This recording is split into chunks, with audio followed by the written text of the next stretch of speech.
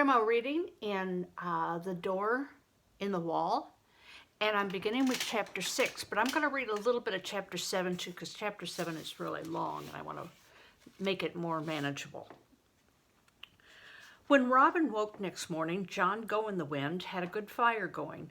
Even though rain fell at intervals and the wind was still blowing, he was grilling slices of bacon over the fire, and standing beside him was Brother Luke, holding a large loaf from which he was cutting huge slices of bread. He heard Robin stirring and greeted him with his blessing. "I hope thy log house kept thee dry," he said. "John has been inquiring of the shepherd yonder about the white swan. He said, 'We are beyond it, and it is over on the other road.'" "Oh, I should have remembered," said John, "but it is long since I came this way. We truly took the wrong turning." "Let it be a lesson to us," said the good friar. "We mind how the two roads were one when we stopped at the Eleanor Cross, yet so swiftly did the two forks divide that now we are several miles from the one we should have taken. So it goeth. God grant we may never be worse off than now when we take the wrong turning." Not far beyond the place where they had camped, a path led through the woods. There they were somewhat sheltered from wind and rain. The shepherd had said to follow the path to a certain stream at the far side of the wood, which would shortly lead them to the high road. They found it without difficulty. John Go-in-the-Wind sang so heartily and made such music with the harp that the way seemed short. When they reached the stream, Brother Luke said, "'Tis best for thee to go into the water as always, so off with thy clothes, Master Robin."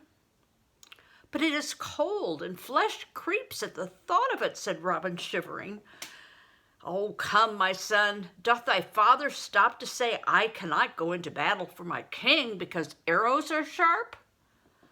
Off with thy clothes, I say, else thou lose the strength and skill and shall hast begun to have. 'Tis a long way from freezing." While he spoke, he lifted Robin down and helped him to undress and go into the river. At first, Robin's teeth chattered, but in a few minutes he was warmer and glad he had made the effort. At noon, the little company stopped at the sign of the shepherd's bush for ale to go with their bread and cheese. The host sat himself down beside the friar and asked how things were in London. "Travelers for London be few since the plague," he said. "Thinkest thou the plague is over?" "Well, 'tis quiet at least," said Brother Luke, "and we believe 'tis gone." "And how go the wars? Be they going well? Hast heard how 'tis with my lord the king?" "It goes hardly, but it goes our way," said Robin importantly. "I've had a letter saying that the king hopes for peace by the feast of Christmas." "Peace?" said the host wonderingly. "Peace is what we all hope for, but we find it seldom. For if 'tis not the Welsh, 'tis the Scots. If 'tis neither one nor the other, then 'tis neighbor against neighbor, or 'tis the lord of the manor against the peasants. Begging thy pardon, young master."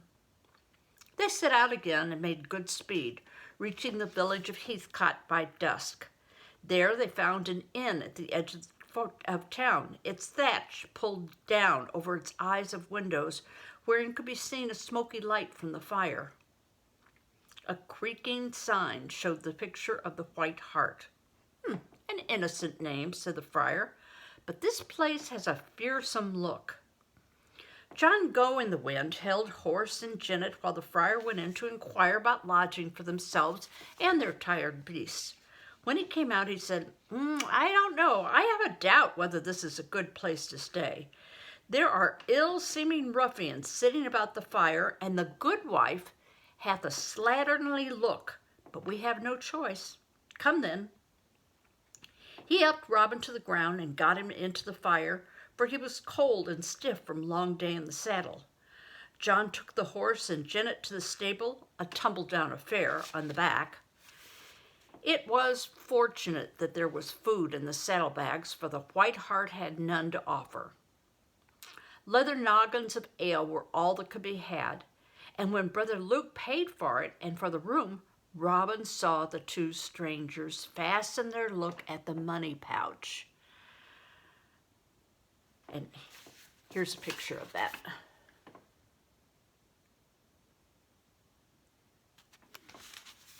He wished they could have slept out of doors as they had done the night before, but he was chilled, and the fire felt good, though it smoked and made his eyes smart. As soon as he had eaten the bread and cheese, Brother Luke helped Robin up the narrow stair and put him to bed on the straw pallet. The word pallet again. Brother Luke fell asleep as soon as he lay down. John was soon snoring too. Robin could hear the wood and the door vibrate with the sound, for John lay just outside the room to guard it. Robin was so tired, he felt as if every bone pushed through the straw to find the unyielding boards beneath. He slept and woke, till it seemed as if it should be morning. The two evil-looking men still muttered below over their ale, getting louder as it grew later. At first, Robin didn't notice what they were saying. Then something like the minstrel's hefty look caught his ear. So he held his breath to listen, then heard one of them say, "Come midnight, when 'tis darkest, I shall take yon minstrel and thou the friar. Be sure to get the leather bag safe. The child will be nothing, for he cannot move fast and he will sleep sound. He was like to die of weariness when he ate. Hark, the big one snores like a braying jack." They were planning to steal the money pouch. What should he do? He must do something and do it quickly. How could he wake the weary friar without noise, or how warn John Go-in-the-Wind without opening the door? Which should he do first? Perhaps it would be better if he woke the friar first. Softly, softly, Robin slid off the pallet, trying not to rustle the straw. He hitched himself along the floor, but the sound of his moving over the boards alarmed the two who were talking below. "Hist," said the big one, for Robin knew it was he. "What is that?" They were still for a moment, so was Robin. "Oh, 'tis not," said the other scornfully. "They're easily frightened for so great a bully as thou art. 'Tis but a scurrying rat. 'Tis nigh the mid of night," he went on, "for I heard a cock crowing. Shall we start then?" "Wait," said the first voice. "Because they are city folk, the cock's crow might wake them, so wait a bit." Robin dared not move, yet there was no time to lose. He reached out his hand, but it fell short of touching the friar's frock by almost a foot. He lifted himself as high as he could on his hands, moved one, bearing his weight, slid both legs after slowly, then moved the other hand and slid forward again. It did make some sound, but when he listened, he heard only the sputter of the fire and a hound's far-off barking. Perhaps the ale had silenced the louts. He touched the friar's shoulder. Brother Luke, used to waking at midnight for matins, sat up immediately, saw the blur of white that was Robin's face, but said nothing, only looked steadily into Robin's eyes until his own grew used to the dark. Robin whispered in his ear, "Robbers," he said, "thieves," and he pointed downward. Brother Luke nodded, held his fingers to his lips, and rose to his feet without a sound. He crept to the door, keeping close to the wall, so as not to tread on a squeaky board. He lifted the latch slowly and opened the door inch by inch, so that John, who lay against it, rolled into the room, still snoring. Brother Luke took firm hold of John's shoulder and at the same time touched his mouth with a finger to warn him not to speak. John was awake in the middle of a snore, but he too was used to being wakened suddenly and was well acquainted with danger. So, knowing that he always snored in his sleep, he began to snore again, nodding his head the while to show that he knew what was afoot. He gave one great snore, heaved heavily, then moaned as if he'd been dreaming and had turned over. He used that time to get soundlessly to his feet. Luckily, he had brought cloaks and other gear in the saddlebags. His only cloak, which was travel-worn and patched, he presently tied by a corner to an iron-bound chest which stood under the window. He motioned for Brother Luke to go down first, showing by gestures how he would hand down the bags, Robin's crutches, and lastly Robin. Then he would follow. It was not far to the ground, for the inn was only a cottage. Would Robin be able to hold his weight by his arms? Well, he could only try. It was a tight squeeze for the friar to go through the small window, but he got through, and by way of the cloak, down to the ground. He grunted when the saddlebags landed against his stomach, but was ready to reach up for the crutches when John leaned out to hand them down. Then came Robin. John pulled the cloak in and wrapped it partly around him so that he could get out the window without falling, and held him under the arms until he could get hold of the cloak. Robin was able to let himself down slowly, hand over hand, to land safely beside the waiting friar. Suddenly, great scuffling and shouting began. John scrambled out of the window and slid to the ground. Then Robin heard the big fellow say, "By my beard, the birds have flown." "The night had take thee," shouted the other. "We stayed too long over the ale." "Run!" shouted John, catching up the saddlebags, while the friar hoisted Robin to his back, grabbing him the crutches to hold. They ran, but already the thieves were sliding down the cloak and at their heels. Robin turned and with one hand thrust the crutches between the big fellow's feet, throwing him to the ground and bringing the other ruffian down on top of him. "Haste!" urged Robin. "They are so befuddled that each is pounding the other, thinking it is us they have caught." They got to the stables, mounted the horses, and were away before the two oafs had untangled themselves. Brother Luke took Robin with him on Bayard, and John Go-in-the-Wind, carrying the saddlebags, rode on Jenny. Not until they were well through the village and out into the open country did they stop to rest and consider what they should do. There, just off the high road, stood a great barn. The door was secured by a padlock, but John Go-in-the-Wind managed to get in through the granary window. He opened one of the smaller doors to the weary travelers, and then they finished the short night. Before leaving in the early morning, the friar said, "Well, we must leave a farthing for our host, whoever he may be, and our blessing." So saying, he said the morning office before they set out again. Now, we've seen that before, morning office, or he said the office. What do you think that means? I don't think it's important enough in the story to look up, and maybe later they'll tell us what it means. Okay, chapter 7. The next morning the weather cleared, and by the end of the fourth day the spires of Oxford appeared. Before long they crossed the Cherwell into the High Street. Everywhere Robin looked there were students walking about or talking on street corners. They filled the punts and barges that crowded the two rivers. They sprawled under the park trees, eating bread and cheese, but wherever they were, they talked and talked and talked. Most of the students were poor and were dressed in every sort of parti-colored gown or tunic. "It seems to me," said Robin, "as if they try to see how outlandish they can make themselves look." The travelers went up the High, then turned on past the Saxon Tower and the Market Cross to St. John's College, where they received with courtesy and where they spent the night. Beyond Oxford, the country began to be more rolling. Sometimes the road led through the forest, then again it ran along beside the river, crossed a bridge, and went up through a village. Once they had to turn aside and allow a cavalcade of horsemen to pass. It swept by in a fine parade of shining mail, bright banners, and gaily caparisoned horses. In their midst rode a lady with her attendants. Robin wished the lady had been his mother. "Where Where was his mother now?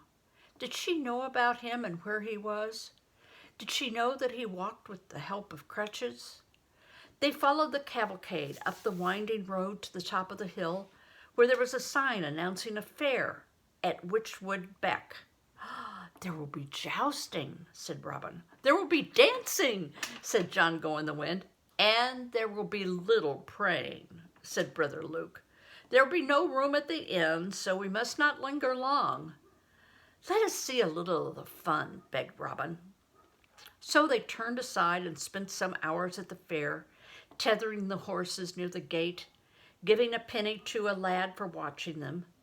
All the country people had come from miles around. They'd brought cattle and sheep, dairy butter and cheese, whatever had been their portion after giving what was due to the lord of the manor. Lombards from Europe were there with goods from faraway lands. There were silks and velvets from Italy and France, laces from Flanders. Robin wanted to be everywhere at once. He wanted to watch the tournament, the bear baiting, the wrestling, the racing. He wanted to taste all the food, the pigeon pies, the honey tarts, the suckling pig with the apple in its mouth, and the jugged hare. He flitted from one booth to the other with Brother Luke after him. Finally, Brother Luke said, "Hast seen enough, lad? It is a good way to the next hospice, they tell me, and we have 2 or 3 days of journey ahead of us. So come, my son." "Oh, let me see only the rest of the Punch and Judy then." "Agreed," Robin, "and I shall be willing, for never have I seen anything so funny." And here's a picture of Punch and Judy up here. Punch and Judy are puppets that are very popular in Europe and England. Well, England. Even today, their country fairs have Punch and Judies. "For only then," said the friar, and went to find John, who'd been playing tunes and earning a few extra farthings from the dancers. By night of that day, they reached an abbey set in a hollow. Its square tower stood above the trees in sign of welcome to the travelers, who were most grateful for the hospitality of the abbot. He told them of the best road to take to their destination, of the deep woods through which they would pass. There was frost on the ground when they started out next day. They had been a week on their journey, and according to the abbot's counsel, they had still 2 days or more to go. Great rolling hills began to appear, and over them hung clouds filled with rain. And rain it did. The hour was out. Then when they had begun to enter the wood that embraced the hill, it slackened and the sun came out. "Let us all halt here for our midday food," said John, whose jerkin was wet because his cloak had been left hanging out the window of the White Hart, "where I shall build a fire to warm us and dry our clothes." "Let us hope we are not overtaken by marauding Welsh," said the friar hopefully, "for we are at the border. We shall say the office to remind us in whose care we are, here as well as everywhere." Well, that's a kind of a hint as to what the office is. Here we go. "They knelt in the woods as if it had been a cathedral, as indeed it looked to be.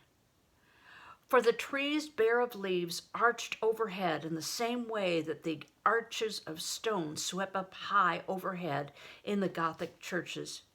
Maybe that's where the idea came from, thought Robin. So, saying the office is worshiping and thanking God, saying your prayers. The fire felt comforting and warm. There was no ale and only one withered apple left, but water flowed in the river hard by, from which John filled the leather flagons. After they had eaten, John sang a ballad while he dried his clothes. When Robin asked if he might try the harp, John showed him how to hold it and pluck the strings, but it was not so easy as it appeared. John promised to teach him. "By all accounts," said Brother Luke, "this forest goeth for miles, and it may as well be that we shall not come out until nightfall." "Now I remember this wood," said John, nodding his head, "though it was but once I went through it. It is of great size, But there is a woodman's cottage, I recall, wherein we can shelter for the night. I found the woodman and his good wife courteous and kindly folk, willing to share what they have. Let us be on our way, said Robin. Now that we are near to our journey's end, I wish to see my godfather, Sir Peter de Lindsay. Think you he is a good man, as my father says, John Go-in-the-Wind? Will he want me now to stay with him? For how shall I be an esquire or even a page? Robin was thoughtful.